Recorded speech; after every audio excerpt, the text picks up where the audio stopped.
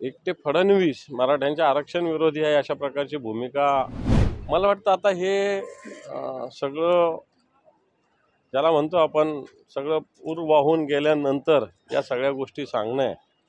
कारण आज ज्या पद्धतीनं एकटे फडणवीस मराठ्यांच्या आरक्षण विरोधी आहे अशा प्रकारची भूमिका सगळ्या आंदोलकांनी आणि विशेषतः मराठा समाजामध्ये रुजलेली आहे। जाहिराती काय द्यायचं येऊन सांगा ना म्हणा। फडणवीसांनी काय केलं हे वर्तमानपत्राच्या जाहिरातीपेक्षा एखाद्या गावात जाऊन भारतीय जनता पार्टीच्या नेत्यांना जाऊन सांगावं म्हणा, तुमच्यात ताकद आहे का, तुमच्यात दम आहे का। हे माझं त्यांना आव्हान आहे, चॅलेंज आहे। सर, नाशिकच्या लॉंग मार्चमध्ये शेतकरी पुन्हा एकदा आक्रमक झालेले आहेत। नाशिकच्या जिल्हाधिकारी कार्यालयासमोर आता त्यांनी ठिय्या दिलेला आहे।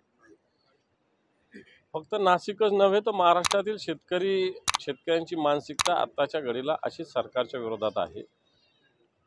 महाराष्ट्रातील शेतकरी मला वाटतं अस्वस्थ आहे एकंदर सगळ्या सरकारच्या ध्येय धोरणामुळं, नैसर्गिक वातावरणामुळं, त्या सरकारने जी कारवाई करायची त्या सगळ्या हेतूमुळं सरकार फक्त घोषणाबाजीमध्ये गुंतलेलं आहे।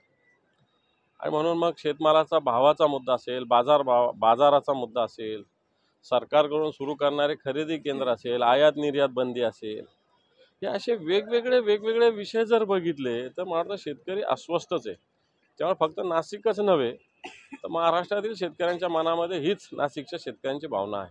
सर, पंतप्रधान नरेंद्र मोदी आज यवतमाळ दौऱ्यावर आहे महाराष्ट्रामध्ये आणि त्यांच्या सभेच्या खुर्च्या लावल्यात, त्याच्या मागे मात्र राहुल गांधींचे फोटो आहेत, त्यामुळे वेगवेगळ्या चर्चा सुरू आहेत। तुमची काय प्रतिक्रिया? ते कॉन्ट्रॅक्टरचं असेल ते, त्याच्यामुळे खुर्च्या काय राहुल गांधीच्या नरेंद्र मोदींच्या सभेला येतील अशातला काही भाग नाही।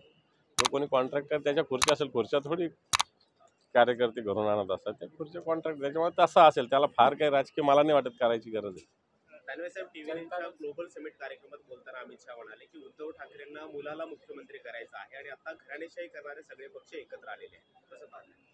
मला वाटतं ज्यांनी त्यांचा मुलगा कोणता जयेश शहा याला कशा पद्धतीनं क्रिकेट कंट्रोल बोर्डाचं अध्यक्ष केलं, कशा पद्धतीनं गुजरातच्या राज्यकारभारामध्ये जयेश शहा काय करतात, याचं उत्तर आधी अमित शहा साहेबांनी दिलं पाहिजे, नंतर उद्धवजी ठाकरे साहेबांना बोललं पाहिजे असं मला वाटतं। राजकारणातील प्रत्येक अचूक बातमीचे सर्वात आधी अपडेट्स मिळवण्यासाठी सरकारनामाच्या सर्व सोशल मीडिया प्लॅटफॉर्मला लाईक, फॉलो आणि सबस्क्राईब करा। तसंच सर्व नोटिफिकेशनसाठी बेल आयकॉन प्रेस करायला विसरू नका।